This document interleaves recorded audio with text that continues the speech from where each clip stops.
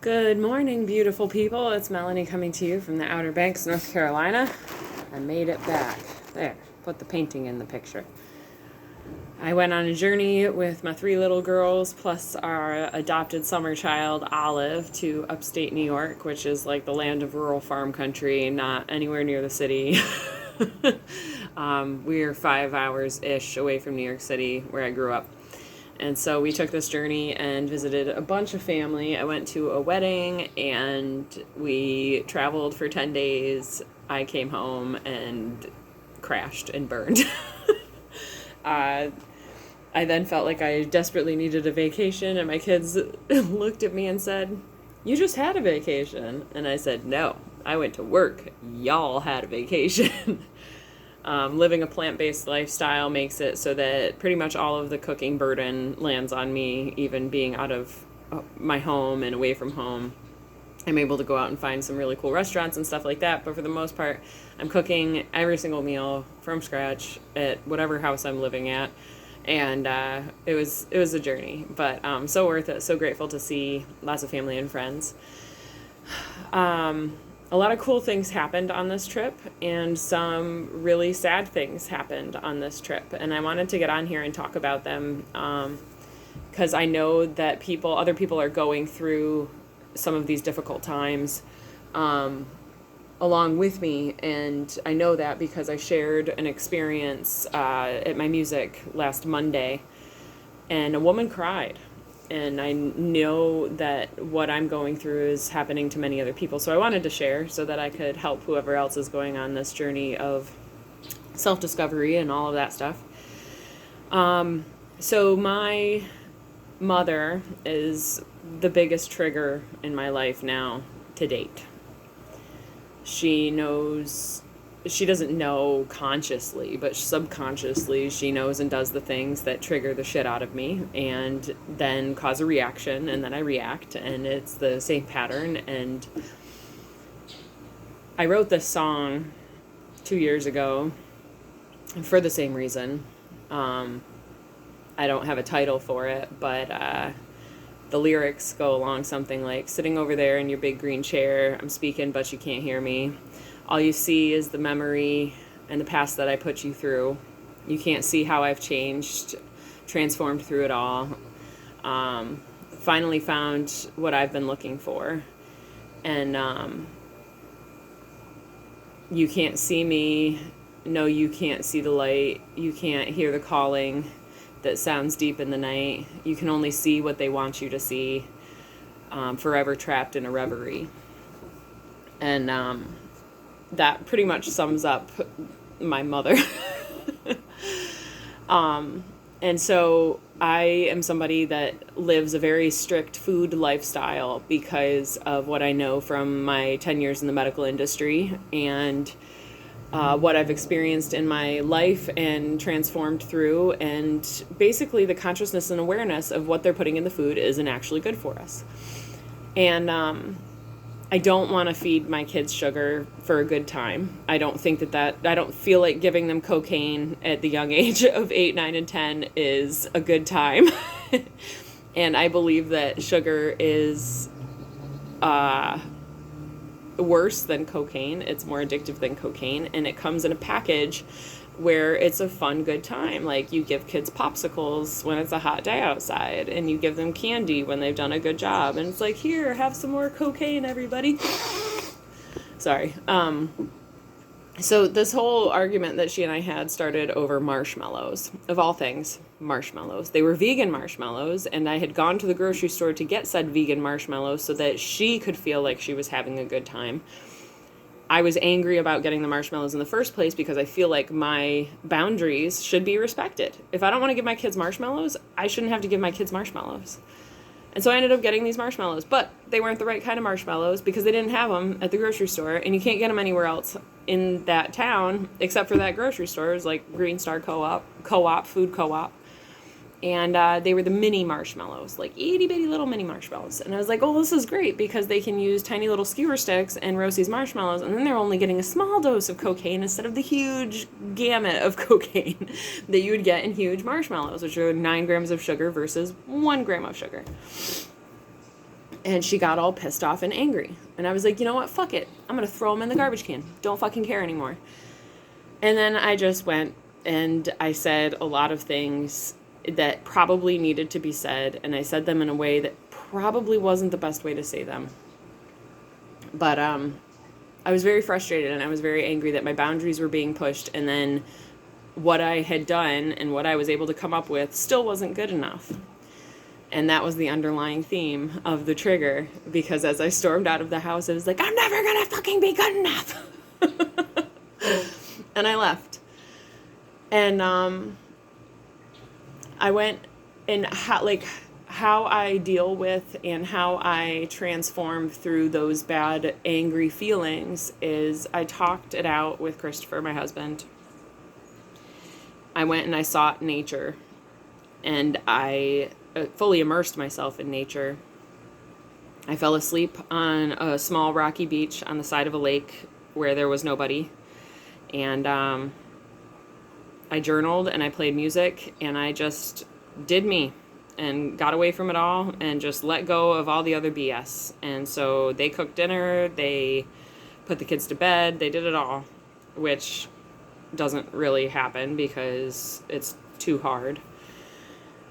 And so I was able to heal from that. And as much as I wanted to leave the situation, as much as I wanted to pack up our stuff and go stay with my sister-in-law, I knew that that would be really hurtful to my parents. I knew that what my mother was saying and doing, she wasn't even conscious of.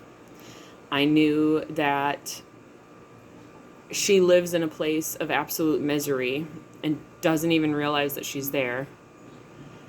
And I can't really hold fault for her because of that.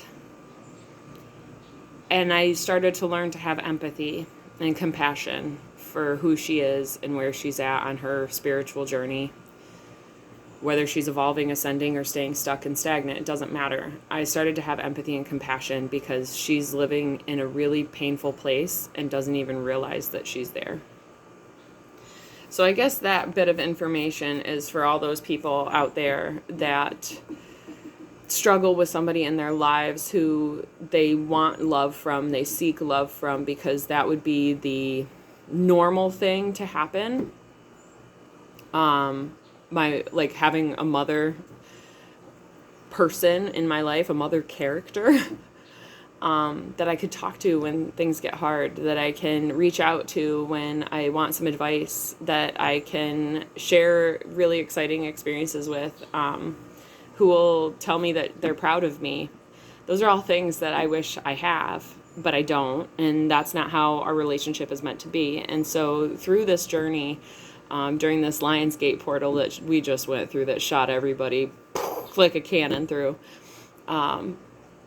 that's what I learned and accepted, was that that's not going to come from her. It's not going to come from my dad. It's really got to come from me, my inner soul. It's funny, my birthday just popped up on the time, 8/26. Yep, August 26th, my birthday's happening. It's very exciting. So that love and that kindness and empathy and happiness and joy for the things that I'm accomplishing needs to come from me, not from my parents, and that's okay. How can I change this in the lineage? How can I change this for future generations? Well, I show my kids how proud I am of them. I love them unconditionally, even when they do things that I don't agree with and that I would perceive as wrong. I still love them and I still kiss them goodnight no matter what. I support them in their endeavors and what they are seeking and wanting out of life, instead of forcing my ideals and expectations on them. These are all things that we can do as individuals to help grow the next generation a little bit better than we ourselves were grown. I also recognize that my mother and dad are doing the best they can with what they've been given as souls on their journey and on their path, because my dad didn't want to have a mother addicted to drugs and going through depression and mental illness and committing suicide at the age of 20-something years old. And my mother didn't want to grow up in a family with very little love and affection towards each other, and difficulties as well, because her dad died when she was very young. Everything that happens, all the circumstances in our life shape us to make us who we are today. And so my parents did the best that they could do for what they'd been given. with all that said, I'm going to pause it real quick because I want to go and try and find a picture. Hang on. All right, so I can't find it, and that's okay. But the second thing that happened on the journey to New York, going back in time, my cousin got married. And my cousin and his brother and I spent almost every summer together until we were like 14 years old in my grandparents' house for 2 weeks every summer. They had a lake house, and we would go and find little salamanders and frogs and turtles in the swamp and be swimming every day and boating and tubing and water skiing. And those were the happiest memories of my childhood, was spending those summers with Grandpa Harry and Grandma Bev and Travis and Gavin on the lake shore of Cayuga Lake. And I went to Gavin's wedding. The coolest thing happened because he didn't recognize me. My cousin Travis, his brother, didn't recognize me. Their dad didn't recognize me, and their mother didn't recognize me. And these people are pretty close family members that I see on an almost annual basis. And so I found it really awesome that my transformation is so profound and so powerful and so amazing and shiny and super cool that my own family members didn't recognize who I am now, standing before them as this transformed butterfly of a person. I'm no longer a caterpillar. I can't tell you the confidence boost that was. It was a really big transformative moment in my life to know that I was no longer the person that I was in the past, and that I transformed and grown into somebody completely new and beautiful and shiny and fit and a powerhouse of energy. Everybody in my family is on medication. Everybody in my family is overweight.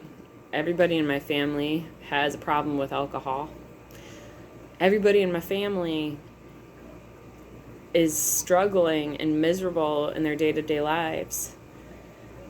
And yet, living the way that I live,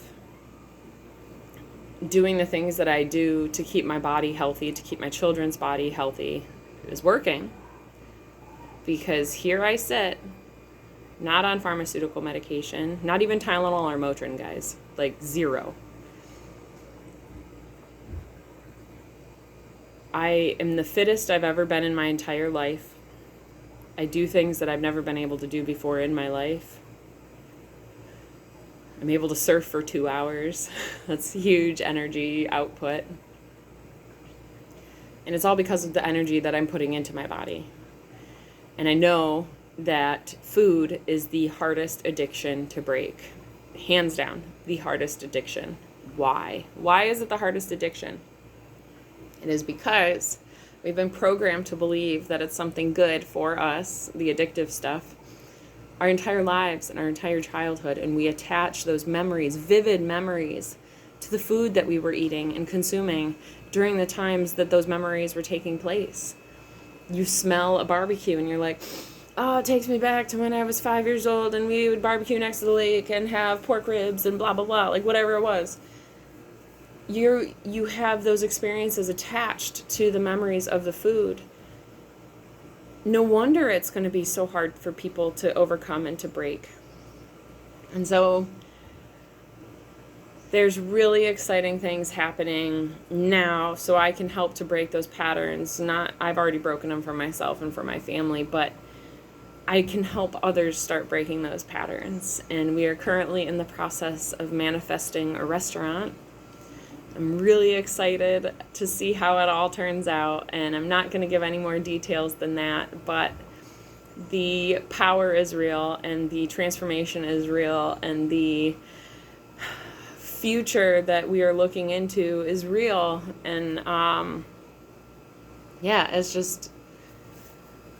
it's been a very transformative summer, and several last years, I guess. I'm going on 6 years now of living this lifestyle that we've been living. And so I hope to be on this journey for a really long time. I don't plan to go back because living that way didn't bring happiness and joy to my life. Living like this does.